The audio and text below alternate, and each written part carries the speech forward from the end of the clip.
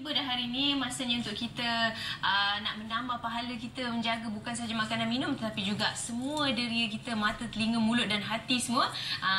Jom kita tanya kepada pakar motivasi kita, Profesor Muhammad Kamal Ibrahim. Profesor, Assalamualaikum. Assalamualaikum warahmatullahi wabarakatuh.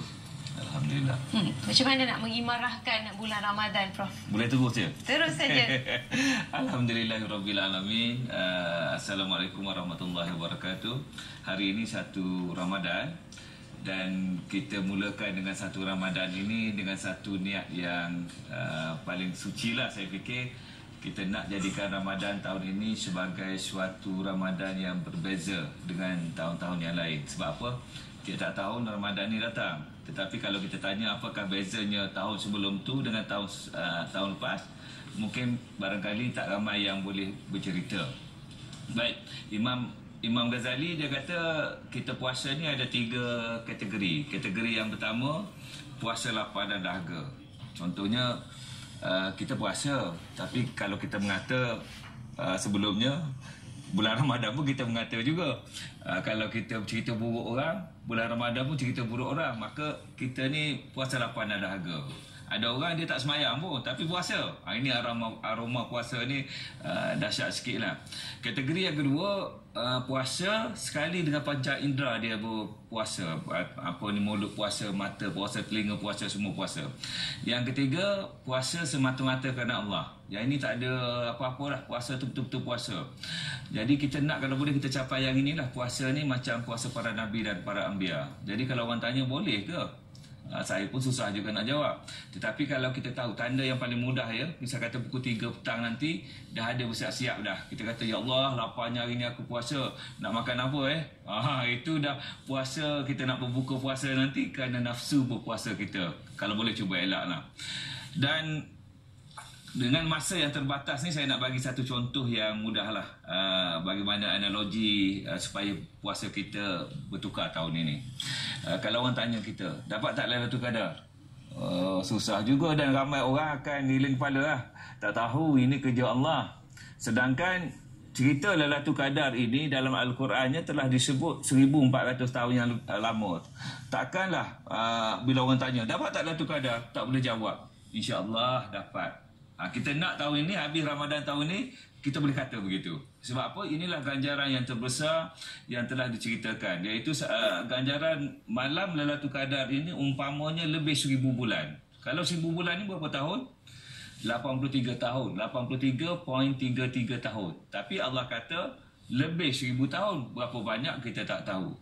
Jadi pada ni saya haraplah saya dengan masa terbatas ini saya nak cerita sedikit supaya kita faham. InsyaAllah habis bulan Ramadan tahun ini kita boleh katalah sebagai satu contoh, InsyaAllah saya dapat Lailatul Qadar tahun ini. Bagaimana ya? Yang pertama sekali kena selesaikan dulu masalah ini. Bila Lailatul Qadar ini akan berlaku? Biar dengan tepat sekali kita dapat tahu. Dan ramai orang jawablah 10 malam terakhir, 10 malam ganjil. Tapi sebenarnya itu pun belum tepat lagi. Kita tak tahu sebenarnya. Kalau tanya saya, bila Lailatul Qadar akan berlaku? Saya jawab mudah aja, bulan Ramadan. Habis cerita. Tak salah berkira sangat dengan Allah SWT. Dan Lailatul Qadar ini berlaku bila? Siang ke malam? Malam. Bermakna Lailatul Qadar di London berbeza dengan Lailatul Qadar di Kuala Lumpur. Sebab masa malamnya berbeza. Baik. Bila malam dalam Islam bermula, biasanya kita kata masuk saja waktu maghrib, okeylah, dah bermula malam. Habis bila? Habis waktu fajar. Allahu Akbar. Berapa ramai kita yang tak dapat Lailatul Qadar mengikut aturannya kerana tak pergi solat berjemaah di masjid waktu maghrib. Kenapa? Berbuka puasa di rumah bersama isteri dan anak-anak. Rasulullah SAW bersabda, dia kata apa? Hari ini aku tak nak jadi imam, aku nak suruh para sahabat jadi imam. Aku lagi cari rumah-rumah di sekitar ini yang tak datang solat berjemaah di masjid. Aku nak bakar rumah dia.